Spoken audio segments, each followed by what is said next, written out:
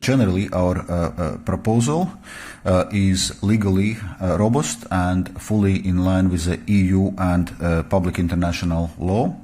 The assets are not seized and the principle of sovereign immunity is respected. Sa na plánoch Európskej komisie finančne kryť vojenské výdavky Ukrajiny.